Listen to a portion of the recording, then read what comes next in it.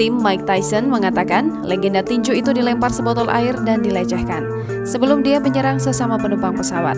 Saksi mata mengklaim Tyson awalnya santai dengan semua penumpang termasuk yang duduk di belakangnya dan temannya. The baddest man of the planet bahkan berfoto selfie dengan salah satu dari keduanya dan tetap sabar dengan pria lain yang duduk di barisan di belakangnya.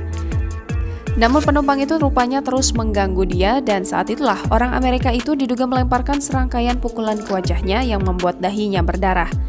Insiden itu terjadi di dalam pesawat yang dijadwalkan lepas landas dari Bandara Internasional San Francisco ke Florida pada pukul 22.30 waktu setempat. Tim Tyson telah merilis pernyataan kepada TMZ tentang insiden tersebut. Sebuah video dirilis yang menunjukkan apa yang tampak sebagai Tyson memberikan pukulan ke pria itu. Saksi menambahkan bahwa Tyson turun dari pesawat hanya beberapa detik kemudian. Pria yang dipukul menerima pertolongan medis dan berbicara kepada polisi setelah insiden itu. Jangan lupa subscribe, share, komen, dan like ya!